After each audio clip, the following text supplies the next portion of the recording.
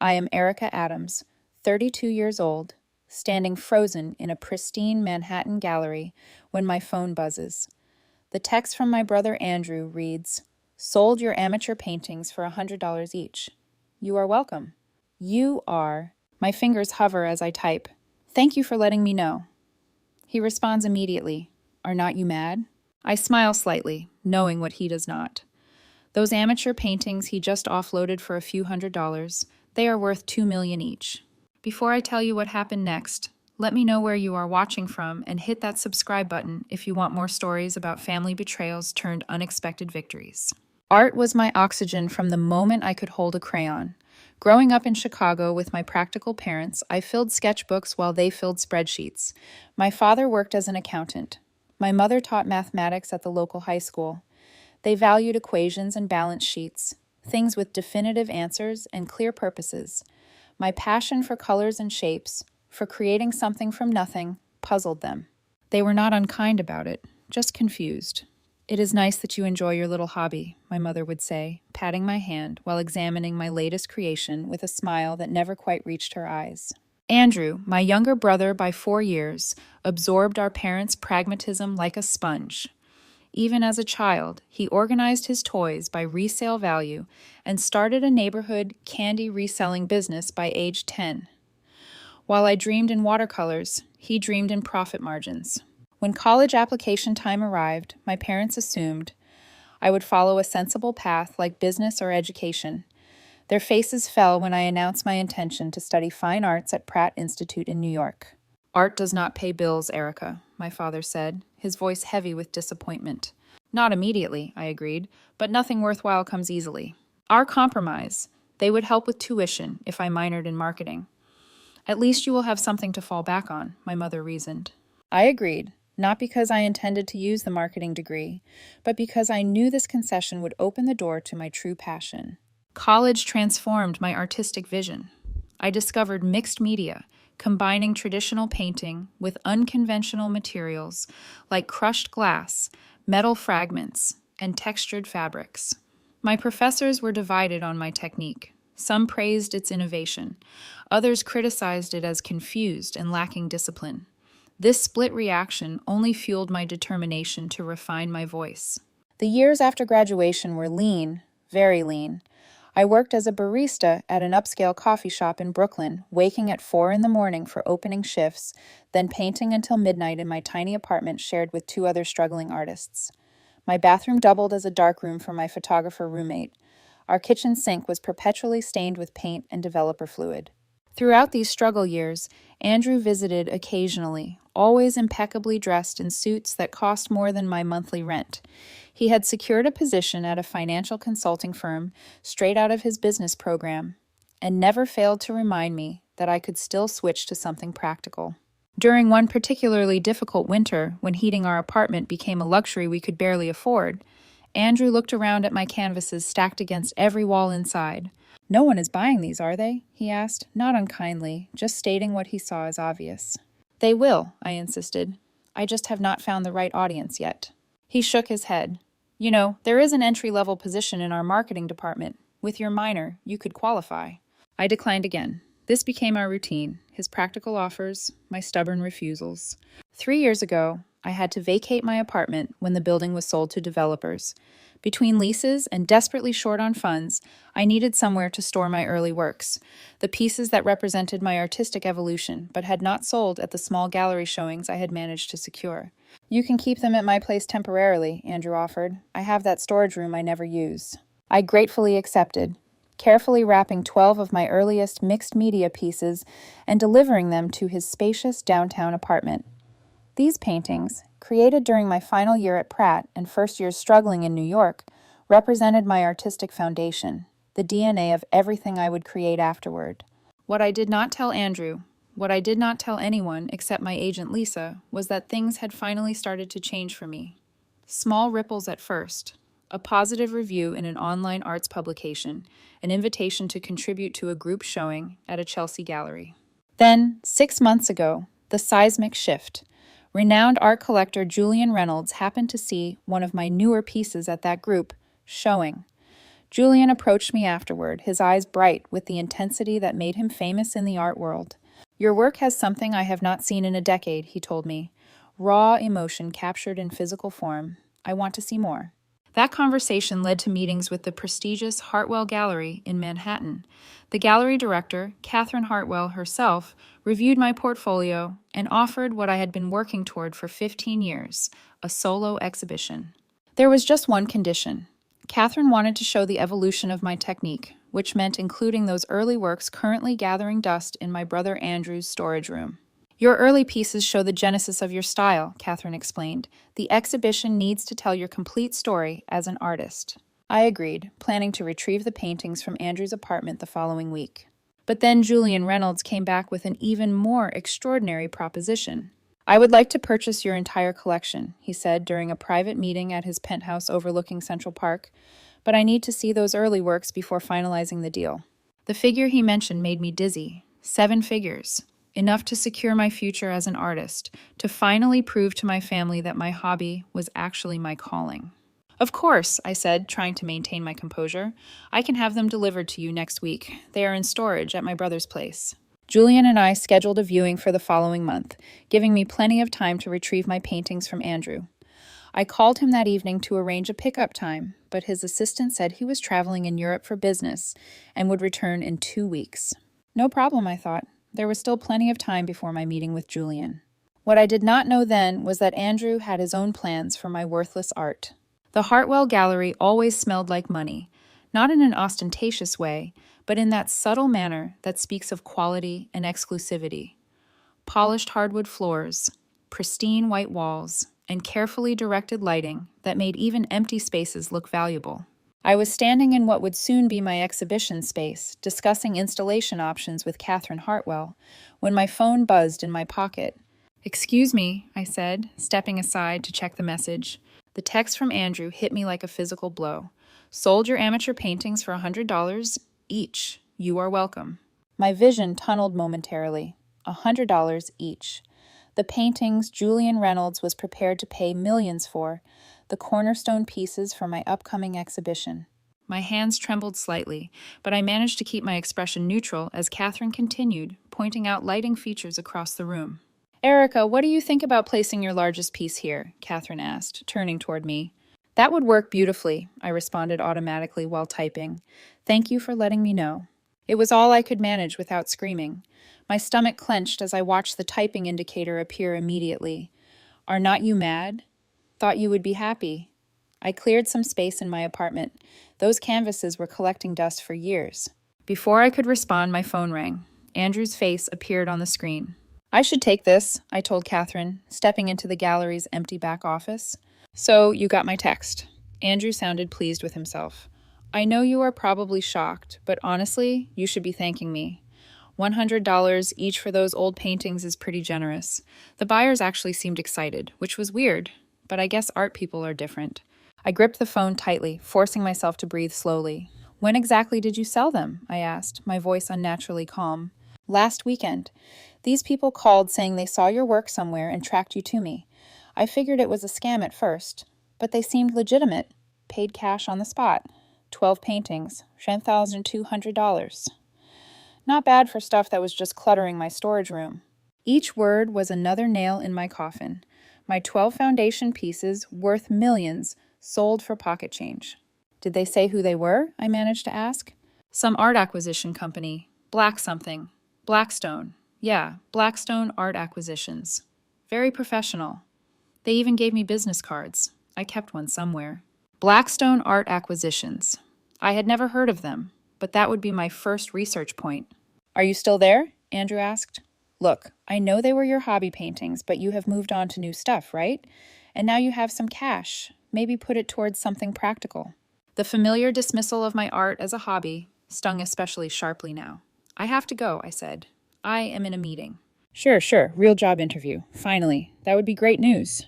I ended the call without responding and stood motionless in the empty office. 12 paintings. My early works. The pieces Julian Reynolds wanted to see before finalizing a multi-million-dollar purchase. The cornerstone of my exhibition at Hartwell Gallery, all gone for $100 each.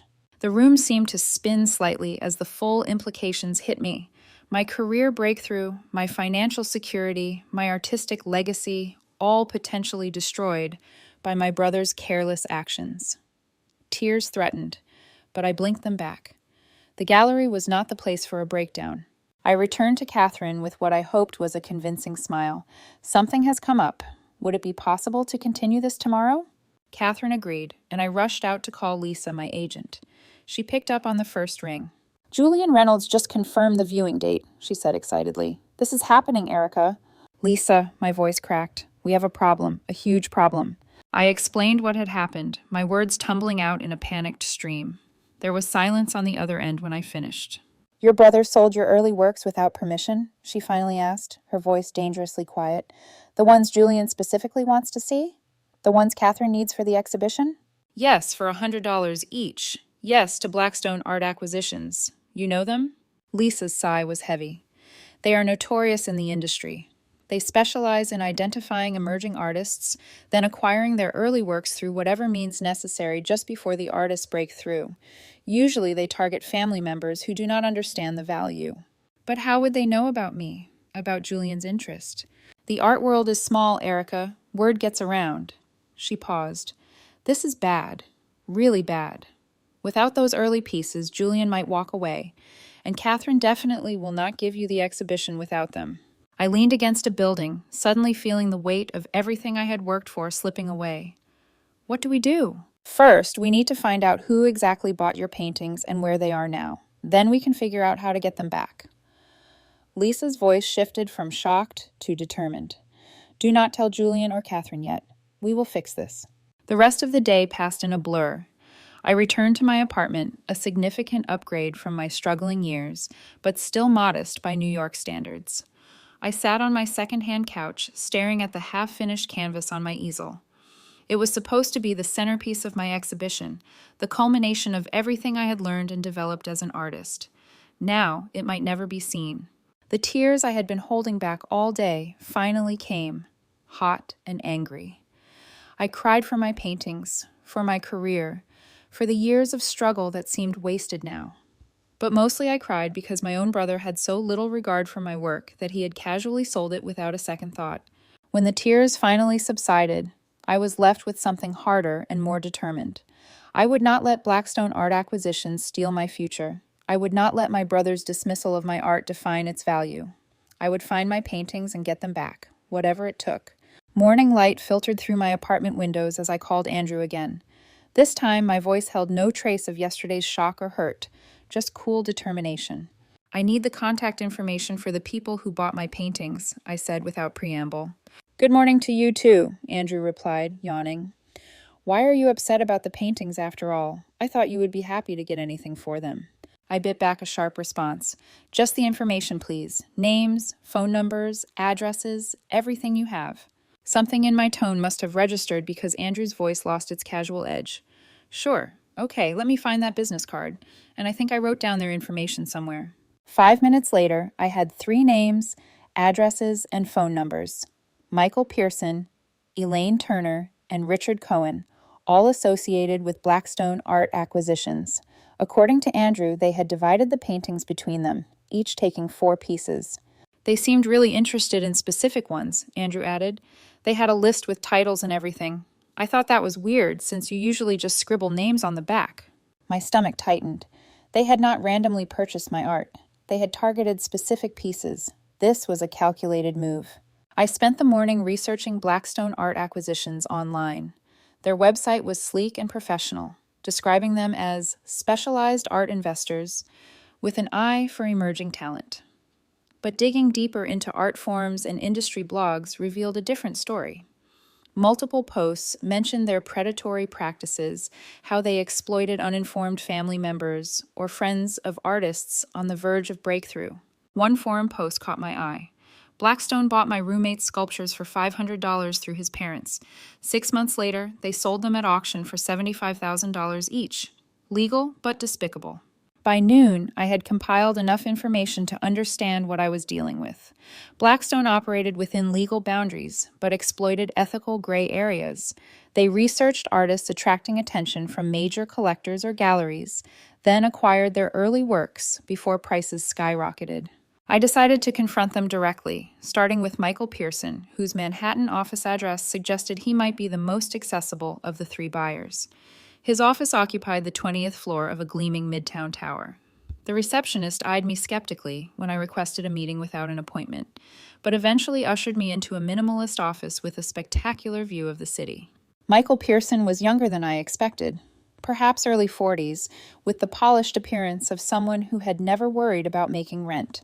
He rose from behind his glass desk, extending his hand with practiced charm. "Miss Adams, what an unexpected pleasure.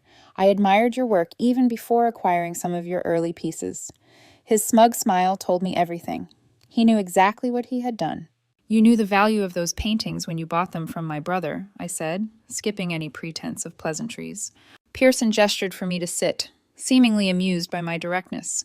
"Business is about information asymmetry, Miss Adams. Your brother had something of value, but lacked the information to price it correctly. I had the information, but needed the asset. A mutually beneficial transaction occurred." "Mutually beneficial?" I repeated incredulously. "You exploited my brother's ignorance to steal my work." "Steal is a strong word for a legal purchase." Pearson leaned back in his chair. "Your brother had possession of the paintings and agreed to sell them. I paid the asking price. Nothing illegal occurred." "Where are my paintings now?" Pearson smiled thinly. "My 4 are being prepared for auction next month. Christie's, actually. They are quite excited about it, especially Fractured Memories No. 3. The pre-auction estimate is quite impressive for an emerging artist." My breath caught. Fractured Memories No. 3 was one of my most significant early pieces, a mixed media exploration of my parents' divorce that had taken months to complete. "How much?" I asked quietly. "The estimate? $1.8 million. Of course, it could go higher with the right bidders in the room." He studied my expression with obvious satisfaction. "You seem surprised. Surely you knew your work had value. Julian Reynolds certainly thinks so." The casual mention of Julian confirmed my suspicions. Blackstone had inside information about Julian's interest in my work. "I want my paintings back," I stated flatly. Pearson laughed. "That is not how this works, Miss Adams. The transaction was legal. The paintings are mine to sell, but I will make sure you receive an invitation to the auction. You can see your early work achieve the recognition it deserves, even if you will not see the financial benefits." I left his office seething but determined. 1 down, 2 to go. Elaine Turner proved more elusive. Her address led to a luxury apartment building where the doorman refused to confirm if she was a resident. My calls went straight to voicemail. After several attempts, I received a curt email. "Miss Adams, I understand your concern, but our transaction was legal and binding. Please direct any further communications through my attorney." Attached was the business card of a high-powered art lawyer whose hourly rate probably exceeded what Andrew had received for all 12 paintings. My final lead was Richard Cohen. His Brooklyn address surprised me, being considerably less upscale than the others. The converted warehouse building housed artists' studios and small galleries, not the luxury I expected from someone associated with Blackstone. Cohen himself was equally surprising. Older, perhaps 60s, with paint-stained hands and the weathered look of a working artist. His studio was cluttered with canvases and sculptures, a chaotic creative space I immediately recognized and felt comfortable in. "I wondered if you would find me," he said, offering me tea from a chipped mug. For what it is worth, I did not agree with how Pearson and Turner handled this. "Yet you took 4 of my paintings," I pointed out. Cohen sighed, gesturing to a wall where my 4 pieces hung prominently. "I did. I am part of Blackstone because I have an eye for emerging talent, not because I approve of their methods. When they identified you as a target, I insisted on being involved to ensure at least some of your work was treated with respect." I moved closer to my paintings, emotions swirling as I saw them displayed with obvious care. "You know these are worth far more than what you paid." "Of course," Cohen nodded. "Your technique is revolutionary. The way you embed memory into physical form through these textured elements is unlike anything in contemporary art. These early pieces show the genesis of what will become your signature style." His genuine appreciation for my work was disarming. If you understand their value, both artistic and financial, why participate in this scheme? Cohen was quiet for a moment. Because if I had not, all 12 would have gone to people like Pearson and Turner, who see only dollar signs. He hesitated. I cannot speak for the others, but I would consider returning your pieces for what I paid, plus a reasonable commission. Not because I am afraid of legal consequences, but because artists should benefit from their own work. His offer was the first glimmer of hope since this nightmare began. Thank you. I will definitely consider that.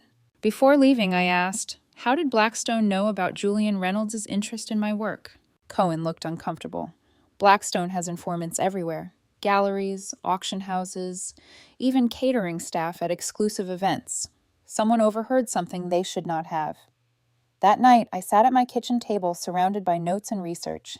My laptop screen glowed with auction listings, and there it was, Fractured Memories No. 3, listed for the upcoming contemporary art auction at Christie's. Estimated value, 1.8 to 2.2 million. The painting I had poured my heart into, the one that had lived in my brother's storage room and that he had sold for $100, was now being prepared for auction with a multi-million-dollar estimate. I called Lisa with everything I had learned. Richard Cohen might be our way in, she said after I recounted my conversations, but we need to move quickly, especially with the Christie's auction approaching.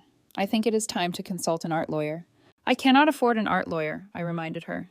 Actually, Lisa's voice held a note of optimism.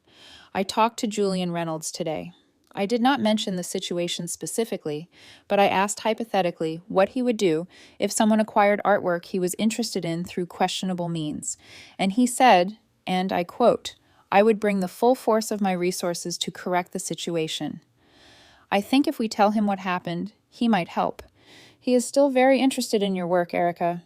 For the first time since receiving Andrew's text, I felt a flutter of hope. With Julian's backing and at least one sympathetic buyer in Richard Cohen, maybe I could recover my paintings before they disappeared into private collections or anonymous auction purchases. As I prepared for bed, my phone buzzed with a text from Andrew. Hey, those art people called again, asking if you had any more early pieces for sale. Do you? Could be easy money. I stared at the message, torn between fury and disbelief at his continued cluelessness. Tomorrow, I decided. Tomorrow I would make him understand exactly what he had done. Andrew's apartment was everything mine was not. Spacious, impeccably decorated in that soulless luxury style that graces the pages of high-end catalogs, with not a single item out of place. No evidence of creative chaos, no paint splatters or half-finished projects, just pristine surfaces and expensive furniture that looked barely used. He greeted me at the door in pressed chinos and a casual button-down that probably cost more than my monthly grocery budget. Hey, sis, did not expect to see you today. Want some coffee? Just got this amazing single origin from Ethiopia. I followed him to his gleaming kitchen, clutching my laptop bag containing all my research on Blackstone art acquisitions and the auction listings. So, what brings you by? He asked, operating his complicated espresso machine with practiced ease. If it is about those people wanting more paintings, I told them I would check with you first this time. He laughed lightly. Learned my lesson there. Andrew, I said quietly, we need to talk about what you did. He turned, coffee forgotten, his expression shifting to defensive. Come on, Erica, I did you a favor. Those paintings were collecting dust in my storage room for years. You never asked about them, never seemed to care about them, and I got you more than fair market value. $100 each for amateur art is pretty generous. I unzipped my laptop bag. I need to show you something. We moved to his living room, where I opened my computer and navigated to the Christie's auction site. This is one of my paintings that you sold, the one titled Fractured Memories No. 3. Andrew leaned forward, squinting at the screen. Yeah, that looks like one of them. So what? Look at the estimated auction price. His eyes widened as he read the listing. $1.8 to $2.2 million. That cannot be right. That has to be a mistake. It is not a mistake, I said, watching his face as reality began to dawn. That painting, the one you sold for $100, is expected to sell for around $2 million at auction next month. Andrew shook his head in disbelief, grabbing the laptop and scrolling through the listing details. This is your painting? Your actual painting? The one with all the weird textured stuff and broken mirror pieces? Yes, the same one that was in your storage room, the same one you sold without asking me. His face drained of color. But how? Why? It is just, you made it years ago in your tiny apartment. How can it possibly be worth millions now? Because I am good at what I do, Andrew. Because what you dismissed as a hobby is actually my profession, my calling. Because art experts and collectors recognize the value of my work, even if my own family never did. He set the laptop down carefully, as if it might explode. Erica, I had no idea. You have to believe me. If I had known, you would have asked for more money, I cut in sharply. No. He stood up, pacing now. I never would have sold them at all. I am not a monster. I would never intentionally hurt you like that. I watched him process the magnitude of what he had done, his confident demeanor crumbling with each pass across the room. Why did not you tell me your art was valuable? He finally asked, his voice small. Would you have believed me if I had? I countered. You have spent years calling my art a hobby, suggesting real jobs, acting like my career choice was some phase I needed to outgrow. When exactly should I have mentioned that collectors were interested in my work? When you were explaining how I could still switch to marketing, or when you were telling me how your bonus could pay for business school for me? Andrew sank back onto the couch, running his hands through his hair. I really messed up, did not I? Yes, you did. He was quiet for a long moment. So, what happens now? Can we get the paintings back? I explained everything I had learned about Blackstone, about Michael Pearson's smugness, Elaine Turner's legal threats, and Richard Cohen's potential willingness to return my works. But the auction is in 3 weeks, I concluded. Even if we can convince Cohen to return his 4, that still leaves 8 paintings in the hands of people who have no intention of giving them back. Andrew's expression shifted from shock to determination. This is my fault. I will fix it. How? They made a legal purchase. You had possession of the paintings and agreed to sell them. Because I did not know their value, Andrew argued. There must be legal protections against that kind of exploitation. And I never told them I owned the paintings. If they asked, I said they were my sister's works that I was storing. A new thought struck me. Did they specifically ask if you had the authority to sell them? Andrew frowned, thinking back. No. They just asked if I was willing to sell, and I just thought since they were in my apartment for so long. So you never explicitly claimed ownership or the right to sell them? I pressed. No, I guess I did not. Hope flickered in his eyes. Does that help us? It might. I made a note to mention this to any lawyer we consulted. Andrew stood again, his business mindset visibly clicking into place. We need a strategy. Legal options, negotiation tactics, leverage points. These Blackstone people are predators, but every predator has vulnerabilities. For the first time since this began, I felt like my brother and I were on the same team. First, I need you to understand something, Andrew. This is not just about money. These paintings represent the foundation of my artistic development. They are crucial for my upcoming exhibition at Hartwell Gallery and for Julian Reynolds' interest in my work. Without them, I lose opportunities that go beyond financial value. Andrew nodded slowly. I get it, or at least I am trying to. He looked around his apartment, seeing it perhaps through new eyes. You know, when we were kids, I used to be so proud of your art. I would tell my friends my sister was going to be famous someday. You did? This was news to me. Yeah, but then we grew up, and everyone kept saying how impractical art was as a career. I guess I absorbed that. He met my eyes directly. I am sorry, Erica. I am sorry I dismissed your passion as a hobby, and I am definitely sorry I sold your paintings. His apology was unexpected and touched something deep inside me. For all our differences, Andrew was still my brother, the same kid who had once proudly displayed my childhood drawings on his bedroom wall. You do really good work, he said softly, gesturing toward the auction listing still visible on my laptop. Not that you need my validation, obviously. The art world has already decided that. Thank you, I said, meaning it. Now, let us figure out how to get my paintings back. For the next hour, we brainstormed approaches, Andrew applying his business acumen to what he now recognized as a serious professional problem. It was strange but oddly comforting to have him fully engaged with my art career for the first time, even under these circumstances. We should start with legal options, he decided, pulling out his phone.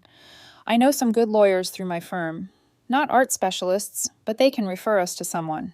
By the time I left Andrew's apartment, we had the beginnings of a plan, and more importantly, a shared commitment to resolving this situation. The brother who had caused this crisis was now determined to help fix it. As I waited for the elevator, Andrew called after me. I really am sorry, Erica. I know, I said. Just help me get my paintings back. I will, whatever it takes. Patricia Martinez's law office reflected her reputation as one of New York's premier art attorneys. Original works by recognizable artists adorned the walls, and her credentials from prestigious universities and high-profile cases filled one entire bookshelf. Andrew had pulled strings through his firm's legal department to get us this emergency consultation, and now we sat across from her, explaining our situation. Let me make sure I understand, Patricia said when we finished. Your brother stored your paintings but never legally owned them. He sold them to Blackstone Art Acquisitions without explicit authority to do so. One painting is now listed for auction at Christie's with a multi-million-dollar estimate, and the others are presumably being prepared for similar sales. That is correct, I confirmed. Patricia tapped her pen thoughtfully. The good news is that your brother never claimed ownership, merely possession. In art law, that distinction matters. The bad news is that Blackstone can argue they were good faith purchasers who reasonably believed your brother had the authority to sell. What are our options? Andrew asked, his notebook already filled with questions and potential strategies. First, we send cease and desist letters to Blackstone, the individual buyers, and Christie's, asserting your ownership rights and demanding the return of the artworks. Patricia opened a folder on her desk. Second, we file for an emergency injunction to stop the auction while ownership is being determined. And if that does not work? I asked. Then we sue for conversion, which is the legal term for someone taking or selling property they do not own. She looked directly at Andrew. Your brother could face some liability here, but Blackstone would be our primary target, especially if we can prove they knew or should have known he lacked authority to sell. Andrew nodded grimly. I accept whatever consequences come my way. This is my fault. Patricia continued outlining our legal strategy, explaining the complexities of art ownership disputes and the burden of proof we would face.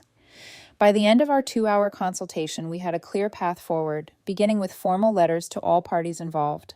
Prepare yourselves, Patricia warned as we were leaving. Blackstone has faced similar situations before and always fought aggressively. They have deep pockets and a team of lawyers on retainer.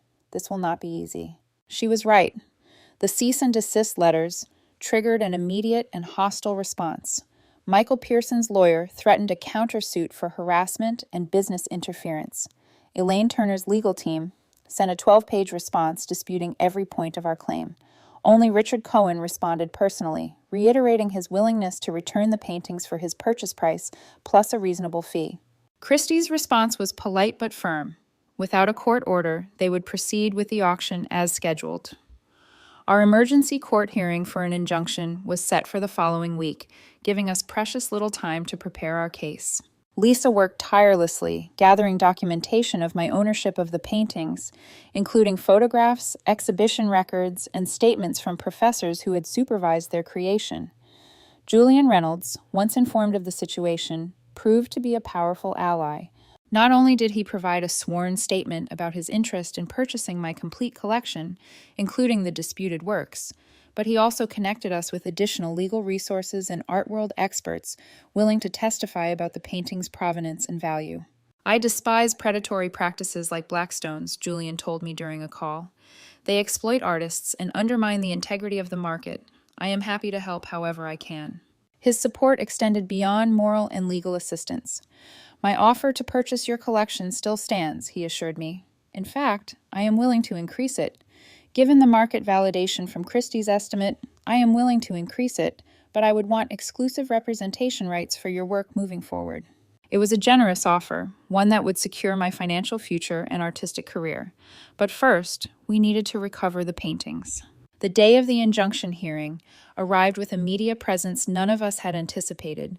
Word had spread through the art world about the dispute, positioning it as a David versus Goliath battle between an emerging artist and a predatory acquisition company. The courtroom was tense as Patricia presented our case, methodically establishing my ownership, Andrew's lack of authority to sell, and the dubious circumstances of Blackstone's purchase. Blackstone's lead attorney, a sharp-featured woman with a reputation for ruthlessness, countered that Andrew had presented himself as having authority to sell the works, that Blackstone had no reason to doubt this authority, and that they were therefore protected as good faith purchasers. The judge, an older man with extensive experience in property disputes, questioned both sides rigorously. Mr. Adams, he addressed Andrew directly, did you explicitly tell Blackstone representatives that you owned these paintings or had authority to sell them?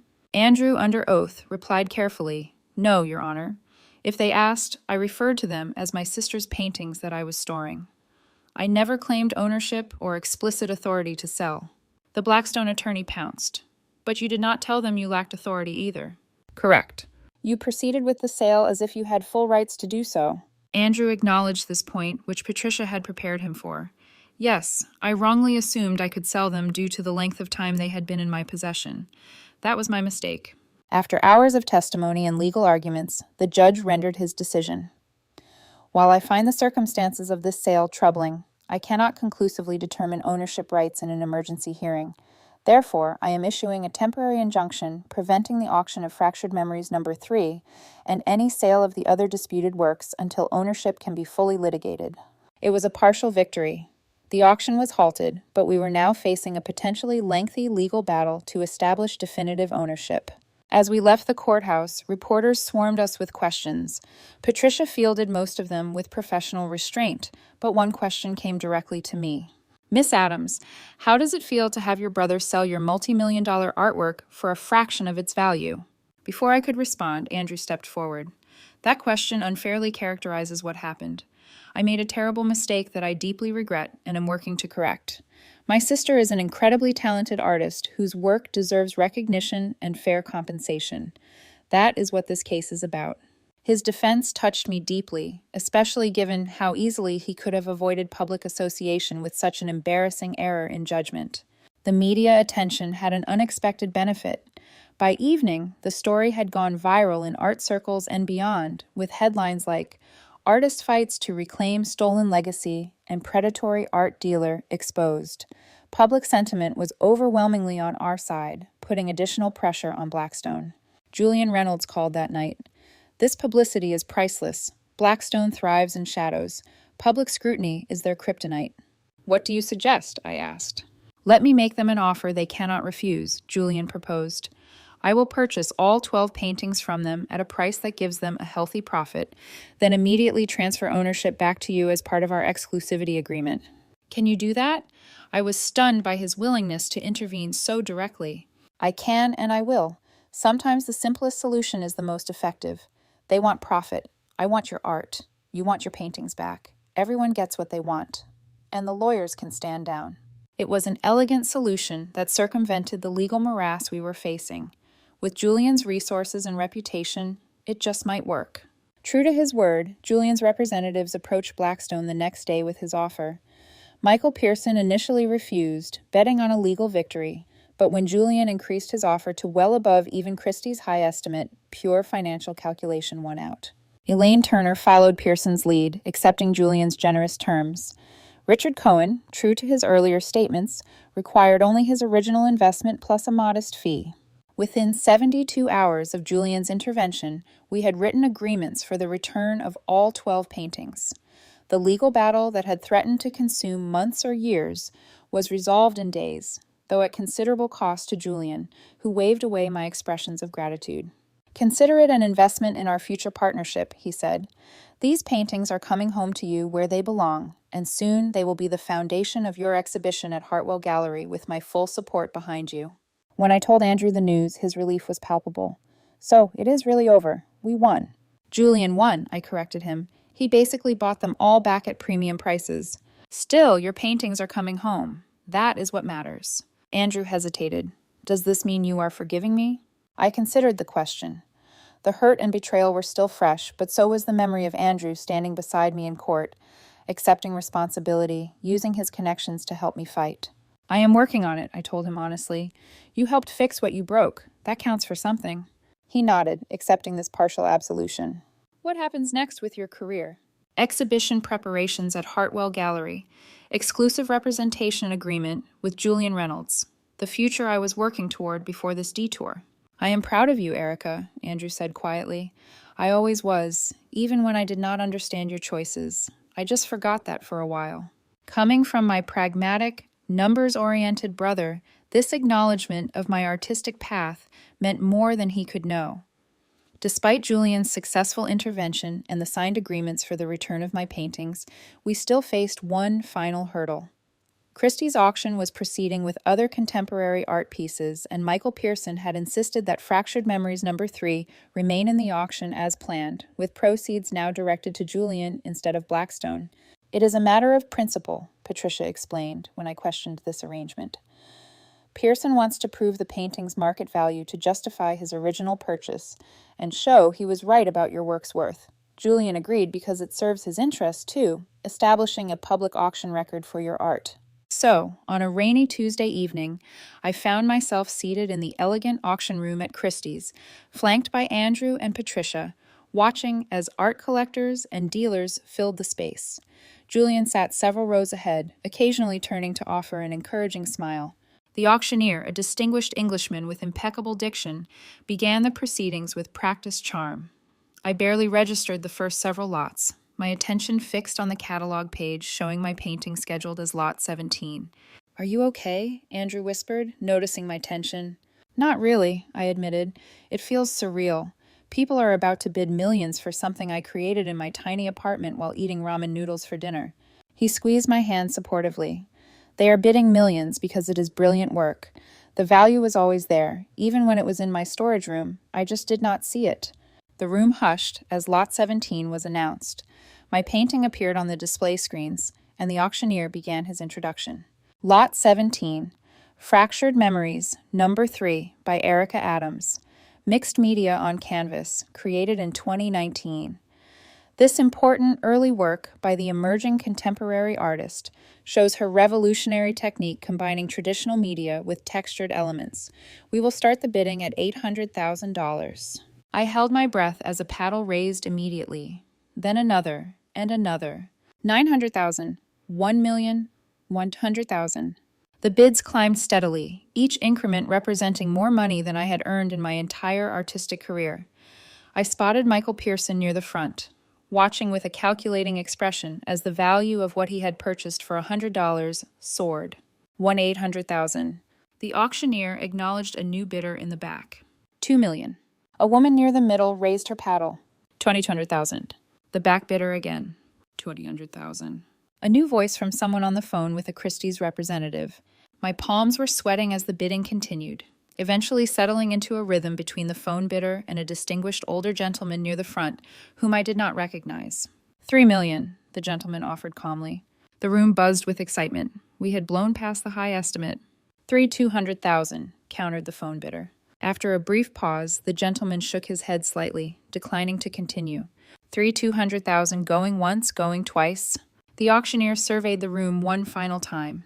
Sold to the telephone bidder for 3,200,000. Applause rippled through the audience. I sat frozen, trying to process what had just happened. My painting, my expression of personal pain and recovery, had just sold for $3.2 million. The validation was overwhelming. As we exited the auction room afterward, I noticed Michael Pearson hovering near the door, clearly waiting for us. "Congratulations, Miss Adams," he said smoothly. "Quite an impressive result. Perhaps I should thank your brother for the opportunity to be part of your artistic journey." Before I could respond with the scathing comment forming on my lips, a voice behind us interrupted. "Mr. Pearson, I believe our business is concluded." Julian Reynolds appeared, flanked by his assistant and a security guard. "The painting will be delivered to my gallery tomorrow as agreed." Pearson's smile tightened. "Of course, Mr. Reynolds. Always a pleasure doing business with you." As Pearson retreated, Julian turned to me. "There is someone I would like you to meet, Erica, the buyer of your painting." He led us to a private room where a striking woman in her 60s waited, exuding the quiet confidence of old money and refined taste. "Erica Adams, meet Eleanor Harrington," Julian introduced us. "She is the anonymous telephone bidder who purchased your work tonight." I extended my hand, somewhat awestruck. Eleanor Harrington was a legendary collector whose acquisitions inevitably appreciated in value. "Your painting speaks to me," Eleanor said, clasping my hand warmly. "The way you embedded memory and emotion into physical form is extraordinary. I knew I had to have it the moment Julian showed me images of your work." "Thank you," I managed. "It means a great deal to have someone like you appreciate my art."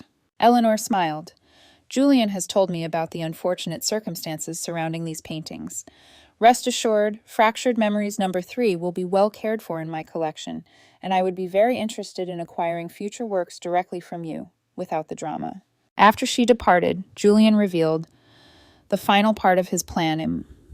Eleanor is a longtime client and friend. When I explained the situation, she agreed to purchase the painting at auction, then loan it back to us for your Hartwell exhibition. After that, it will join her collection, but with a formal agreement that it must be made available for any retrospective of your work in the future. It was an elegant solution that served everyone's interests while ensuring my artistic legacy remained intact. Outside Christie's, a small group of reporters had gathered, alerted to the record-breaking price for an emerging artist. Julian handled most questions with diplomatic skill, but when asked about Blackstone's role, he responded with carefully measured words. Tonight's result validates what legitimate art experts already knew about Erica Adams's work. Unfortunately, some entities in the art world prefer exploitation to proper recognition and compensation of artists. This situation highlights the need for greater protection of artists' rights and ethical standards in art acquisition. The resulting media coverage extended far beyond art publications, bringing attention not just to my work, but to the predatory practices that had nearly derailed my career. Several other artists came forward with similar stories about Blackstone, creating a wave of scrutiny that would ultimately transform their business practices. As Andrew and I shared a celebratory dinner that night, he raised his glass with genuine pride. To my incredibly talented sister, whose hobby just sold for $3.2 million, I clinked my glass against his. And to brothers who mess up but then help fix things.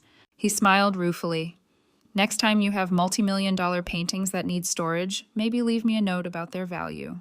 Next time, I promised, I will just get my own storage unit. 1 year later, I stood in the center of the Hartwell Gallery, surrounded by my artwork spanning the past 5 years. The lighting was perfect, highlighting the textured elements that had become my signature technique. Every piece told part of my story, from the struggling years to my recent creative explosion. And at the heart of the exhibition were the 12 early works that had nearly been lost forever. 5 minutes until opening, Catherine Hartwell announced, adjusting a spotlight slightly. Are you ready for this, Erica? We are expecting record attendance. I nodded, feeling a mix of nerves and exhilaration. This solo exhibition represented everything I had worked toward since first picking up a paintbrush as a child. The journey had been far more dramatic than I ever anticipated, but perhaps that was fitting for an artist whose work explored emotional transformation through physical form. Andrew arrived early, impeccably dressed, in a suit that now seemed less a symbol of corporate conformity and more a gesture of respect for the occasion. Since the auction showdown, he had undergone his own transformation, developing a genuine appreciation for art and, more surprisingly, a talent for the business side of the art world. The gallery looks amazing, he said, surveying the space. Julian mentioned collectors are flying in from Europe and Asia specifically for this opening. It still does not feel real, I admitted. Sometimes I expect to wake up back in my tiny Brooklyn apartment, mixing paint and coffee cups because I could not afford proper supplies. Andrew smiled. That struggling artist is part of who you are, but this is your reality now. He gestured toward a discreet plaque near the entrance. Have you seen this yet? I moved closer to read the small engraved text, Exhibition Management and Artist Representation by Adams Art Management. Your new company? I asked, surprised. Andrew nodded. Julian suggested it. Apparently, my combination of business experience and first-hand knowledge of how artists can be exploited makes me uniquely qualified. I already have 3 clients besides you, all emerging artists Julian identified as promising. The irony was not lost on me. My brother, who had once dismissed my art as a hobby, was now building a career around supporting artists like me. His mistake with my paintings had become the catalyst for his own professional reinvention. Does this mean you are officially my manager now? I asked. Only if you want me to be. Julian would remain your primary representative, but I would handle the day-to-day business operations, contract negotiations, logistics, all the stuff you hate dealing with. It was a tempting offer. Despite my success, the business aspects of the art world still felt foreign to me, and Andrew had proven his commitment to my career, working tirelessly over the past year to help arrange this exhibition and negotiate favorable terms with galleries and collectors. Let me think about it, I said, not quite ready to formalize our new professional relationship on this already momentous day. The exhibition opening exceeded even Catherine's ambitious expectations. Art critics, collectors, gallery owners, and celebrities filled the space, creating a buzz that spilled out onto the street. Julian Reynolds moved through the crowd like a conductor, introducing me to key figures and subtly directing attention to specific works. Fractured Memories. Number 3, on loan from Eleanor Harrington's collection, drew particular interest, its auction price making it something of a celebrity in its own right. Beside it hung a small plaque recounting its journey from my studio to Andrew's storage room, to Blackstone, to Christie's, and finally to this exhibition, transforming a potential disaster into part of my artistic narrative. Richard Cohen attended the opening, one of the few Blackstone associates invited. Since returning my paintings, he had severed ties with the company and returned to his own artistic practice. "Your story changed things," he told me during a quiet moment. "After the media coverage, Blackstone faced so much scrutiny, they had to overhaul their acquisition practices. They actually have formal authentication procedures now requiring proof of ownership before any purchase. It was a small victory against predatory practices, but a meaningful one for artists who might otherwise have faced similar exploitation." Most surprising was the presence of Michael Pearson, who had requested permission to attend. After some deliberation, I had agreed, curious about his motivation. "Congratulations on your success," he said, when we eventually crossed paths. "I underestimated you." "You underestimated my work," I corrected him, "not me." He acknowledged this with a slight nod.